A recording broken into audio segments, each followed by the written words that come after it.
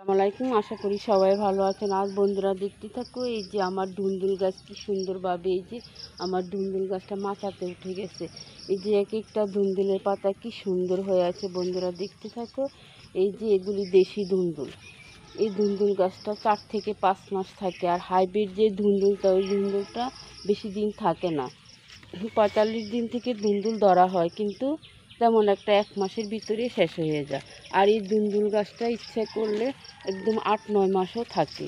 অনেক ধুন্দুল ধরে, একটা ধুন্দুল অনেক সুন্দর।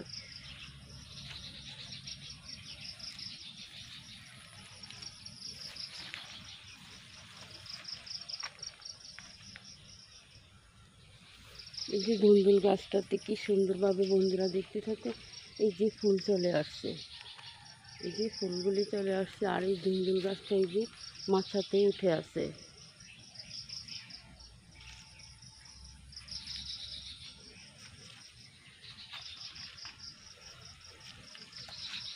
এই যে আমি একটা রশির সাহায্যে বাউনি দিয়ে দিচ্ছি, এই যে কীভাবে সুন্দরভাবে এই যে উপরের দিকে উঠে গেছে ধুন্দুল গাছটা।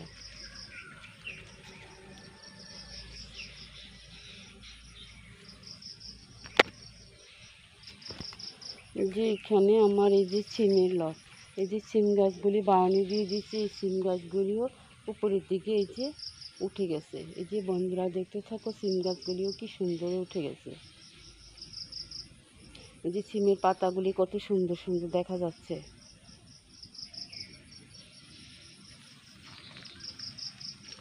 আর এই যে এখানে একটা পেঁপে গাছ, এই পেঁপে গাছটা এই যে বৃষ্টিতে মারা যাচ্ছিল, সেই জন্য আমি এই যে বৃষ্টিতে এই যে গাছের গোড়াতে কিছু পলিথিন দিয়েছিলাম, সেই জন্য এই গাছগুলি আবার এই যে কি সুন্দরভাবে পাতা শাখা মেলেছে।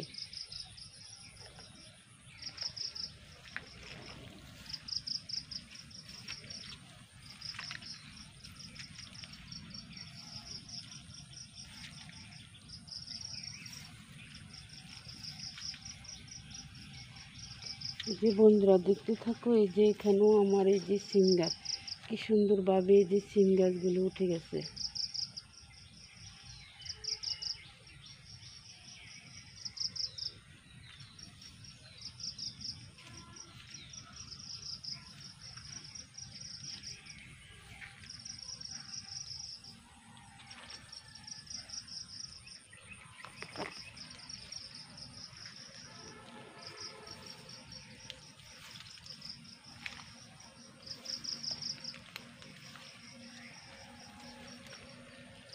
যে বন্ধুরা দেখতে থাকো, এই যে এখানেও আমার কি সুন্দর এই যে সিম গাছ, এই সিম গাছগুলো মাচাতে উঠে গেছে।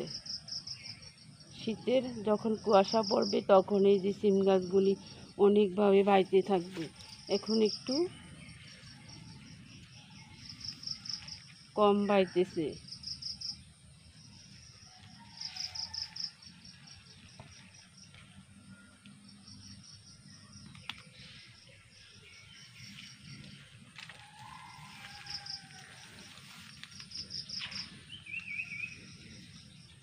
এই যে এখানে সিমের সাথে এই যে মাটির নিচের আলু, এই যে আলু গাছটা,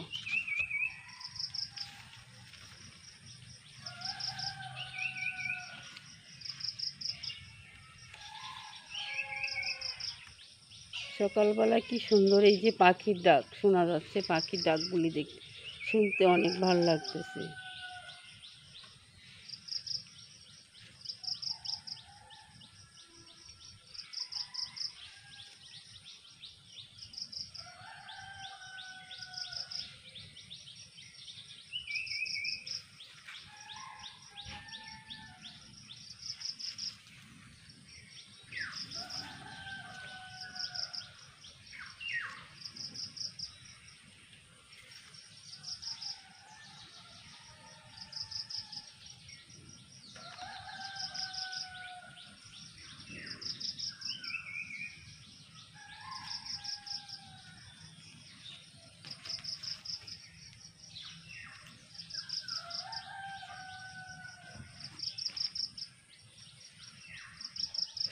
এই যে এক একটা পাতা কি সুন্দর পান পাতার মতো দেখা যাচ্ছে।